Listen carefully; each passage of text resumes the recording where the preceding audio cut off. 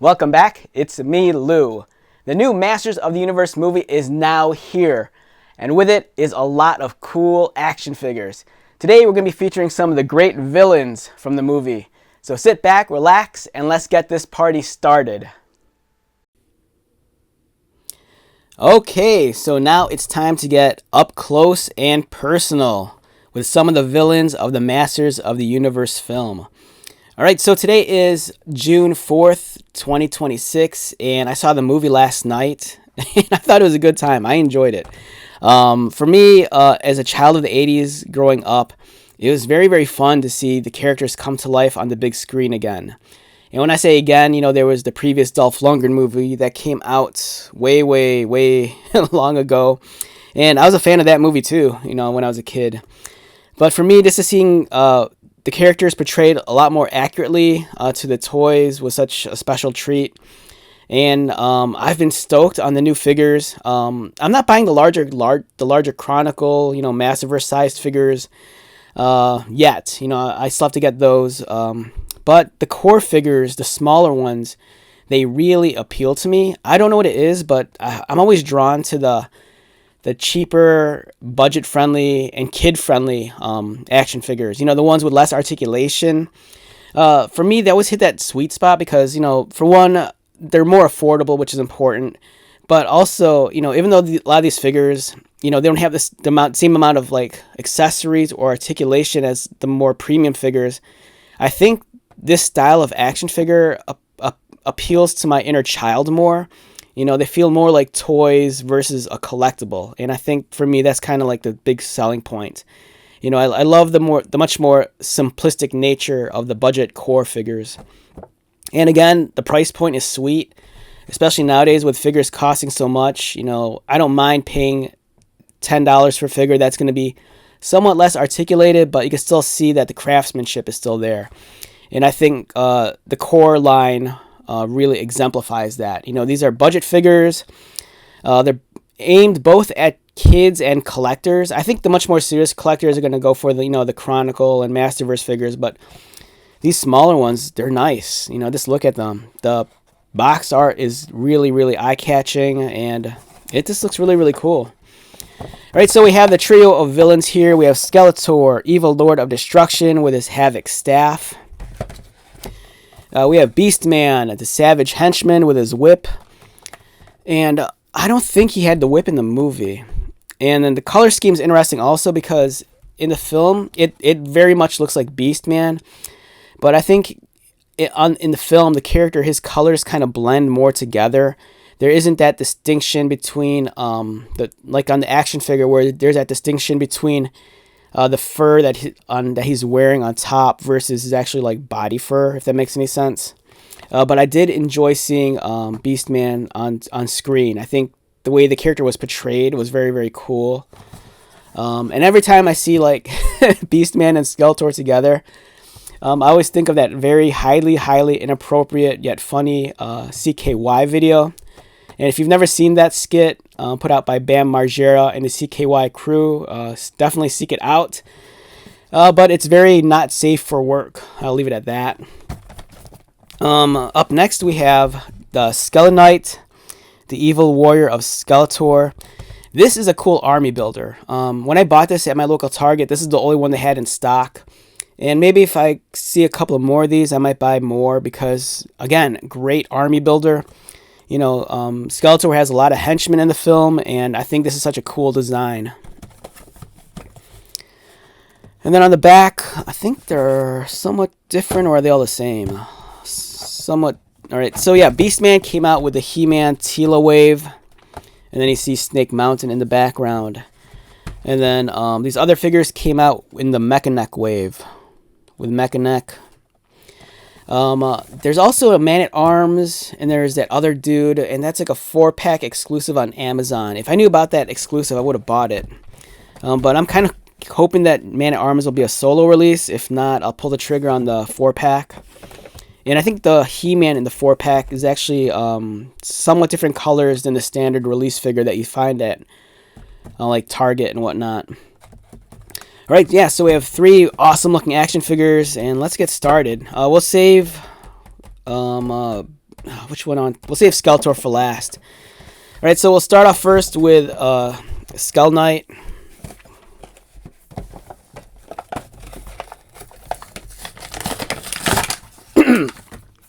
Excuse me.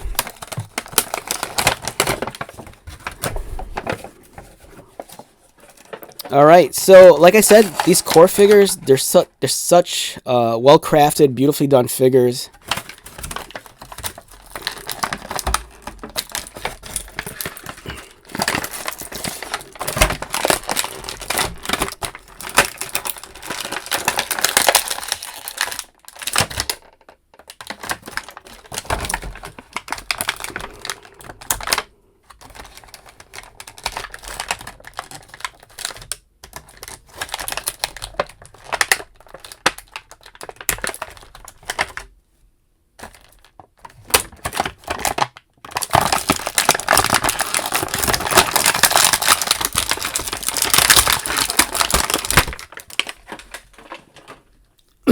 Excuse me.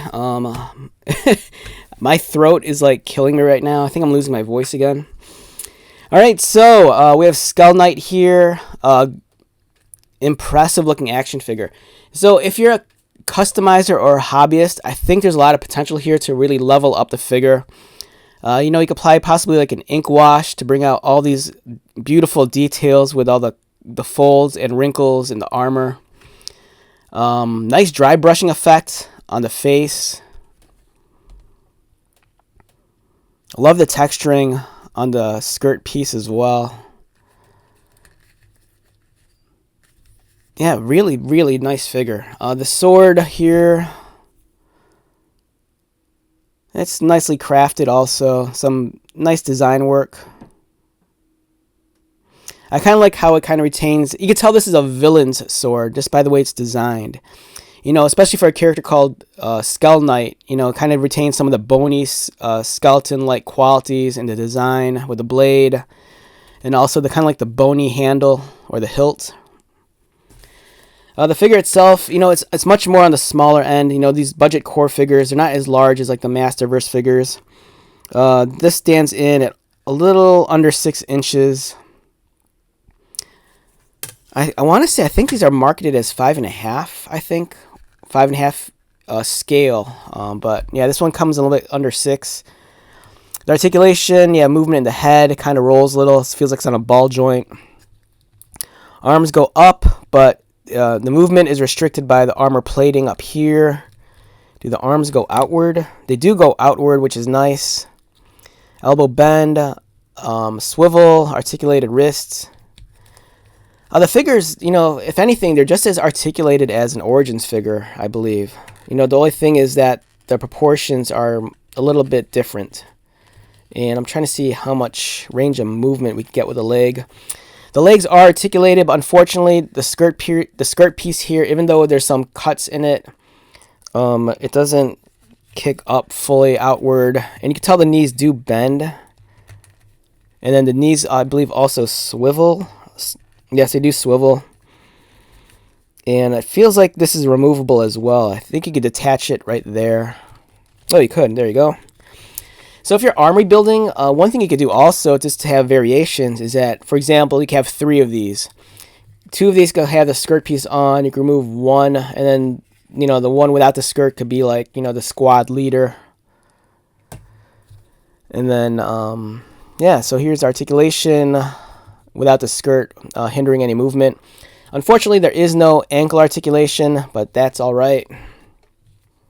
But yeah, the skirt is removable.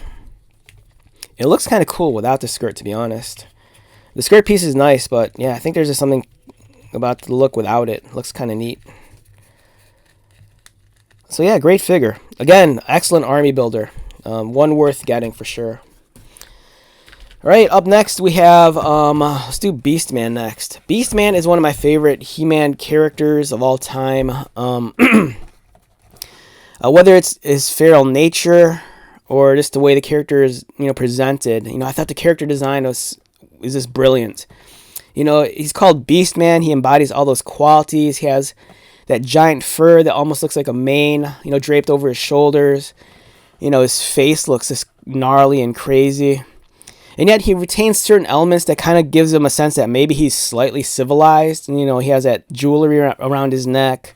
He has those forearm bracers or gauntlets. He's wearing kind of like a loincloth or a skirt piece or tabard. So it's just a very cool character. As a kid, I always gravitated towards the figure because I thought it looked badass.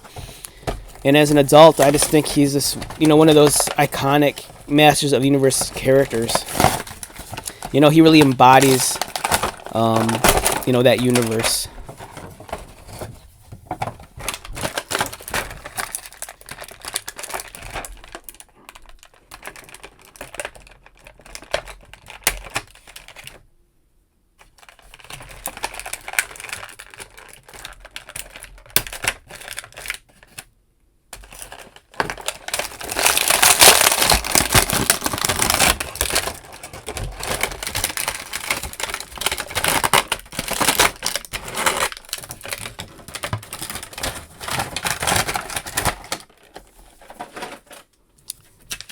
All right, here is Beastman with his whip. Again, I don't recall if the whip was in the movie, but it's his trademark weapon, and at least the figure has it. And the whip, here it is. Very simple. It's nothing fancy. There's nothing ornate about it. It's a very just plain-looking whip. And then here is Beastman, looking awesome. It looks like, yeah, so this piece is removable, as is the skirt piece. So it's kind of cool. I mean, there's, I figure, I don't know if these accessories will necessarily fit like on an Origins figure, but it's nice that, you can at least take them off. Because as a kid, I think I was always big onto like swapping accessories between figures. And if I got, put these on like He-Man, I think I'd be kind of, if I was a little kid, I'd be stoked on that. The sculpting on him is really nice. The face really retains the classic color scheme with the kind of like the pale white face. He has the blue eyeshadow. And orange never picks up well on my camera, so I apologize for that. But yeah, it looks awesome. Much beefier figure than the Skull Knight. You can see here's a size comparison. Yeah, so you feel like you get a lot of bang for your buck with this fella. His head rotates. It's due to the nature of his posture. He's kind of like hunched forward, so his head doesn't necessarily turn, as it more so just kind of like goes around. He has articulation in the arms, wrists, swivels at the waist, legs kick up, knees bend, they swivel. And yeah, such a gorgeous looking figure. Again, if you're a hobbyist or customizer, a lot of opportunities here to really level up the action figure to make it look, much more premium. Especially with all the detailing and sculpting around the fur areas. I think if you had applied a nice wash to it, or contrast paint or speed paint, you could really like give this a lot more depth and a much more premium finish. I recall in the movie, I think the armor pieces, I think these were more bone colored as opposed to just being plain brown. If you wanted to, you could paint the buckles and the studs silver. But yeah, gorgeous figure. This really does the Beastman character justice, both in terms of the classic design and also what we see in the film. The one in the film, though, God, it's no, for lack of a better term, he's a beast. He's giant, he's big, he's hairy. I love the way he's animated in the film. Whether he's leaping around, it just looks awesome. He has such presence to him, a whole lot of weight to the character. And I think that this figure kind of exemplifies that. It does a really good job of capturing the character we see in the film, although it's a little bit smaller. I'd like to see this guy just be really huge and beefy. But awesome figure. And then finally we come to the main man himself. We have Skeletor. Loved the design of Skeletor in the film. I thought it looked great. Jared Leto, I have no issue with him. I know a lot of fans don't like him. I like him. I have no problem with him. The movies I've seen him in, I enjoyed.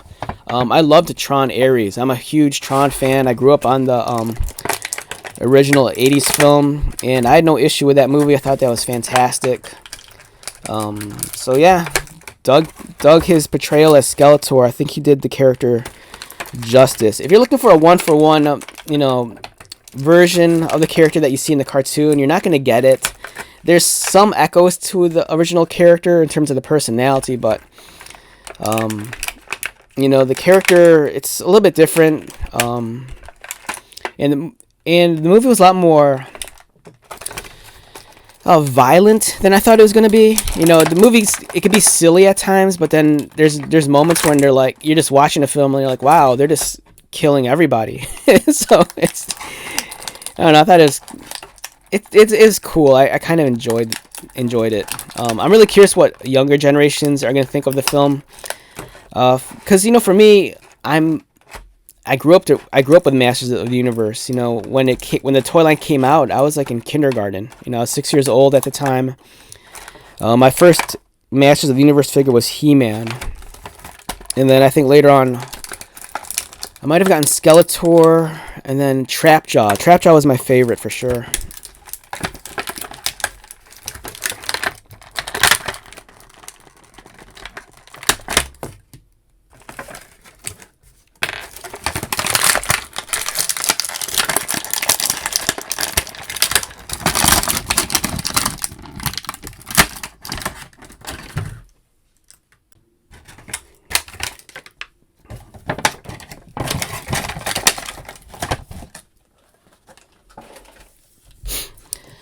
Alright, so we have good old skeleton head right here, and I apologize again, my voice is kind of like shot today, so just bear with me.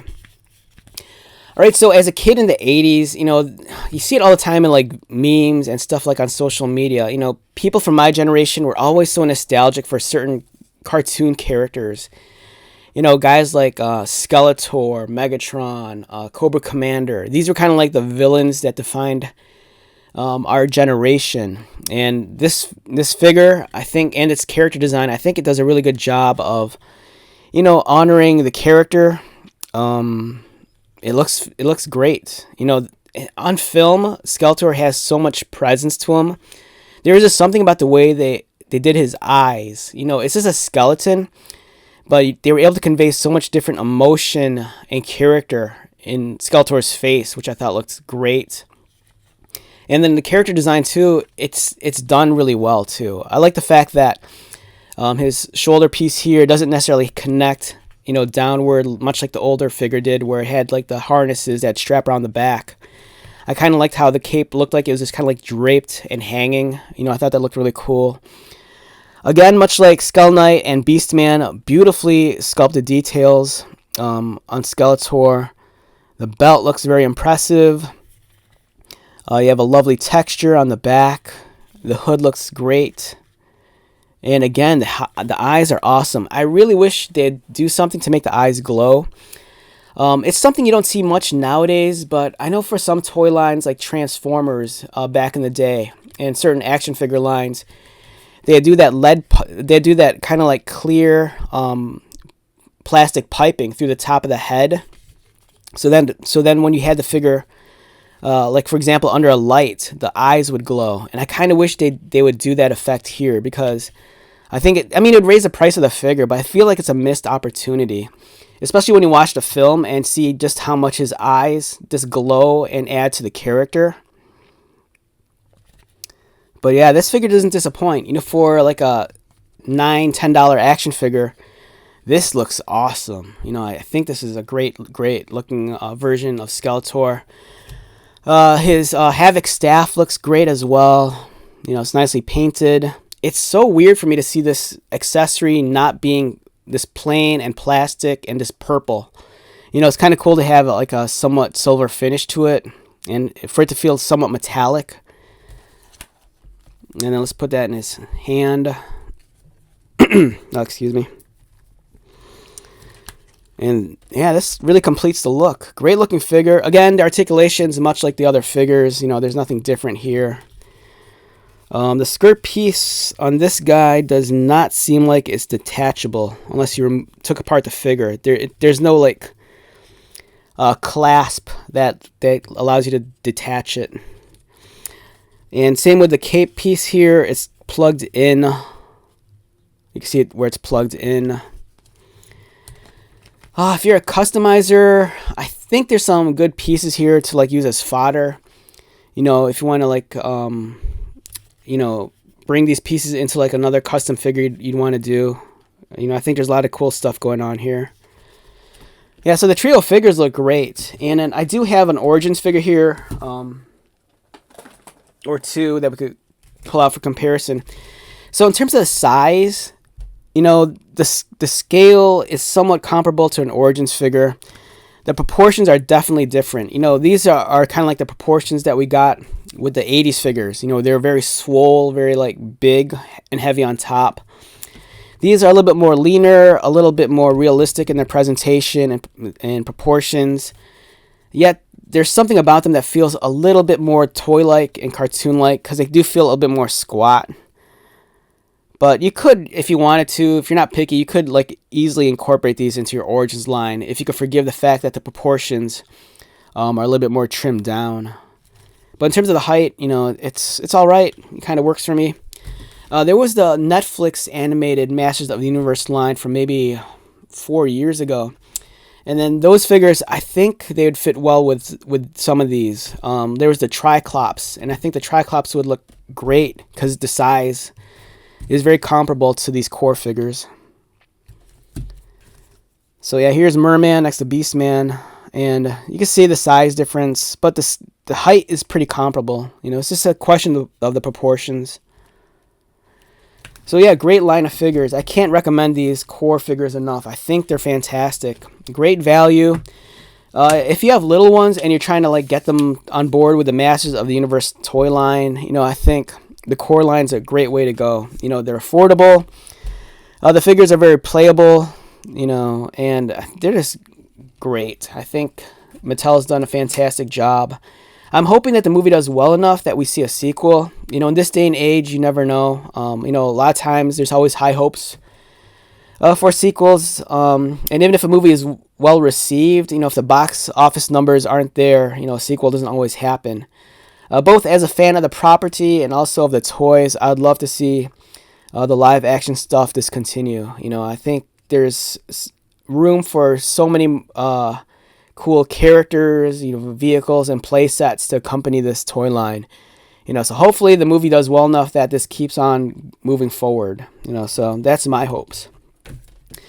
All right, so with that being said, let's wrap this one up. Once again, my name is Lou. If you're new to my channel, welcome. If you are a returning viewer subscriber, thank you so much for your continued support. I greatly appreciate it. So until the next video, be safe, take care of yourself, buy lots of toys, and most importantly, be happy. And I'll see you at the next one. All right, later.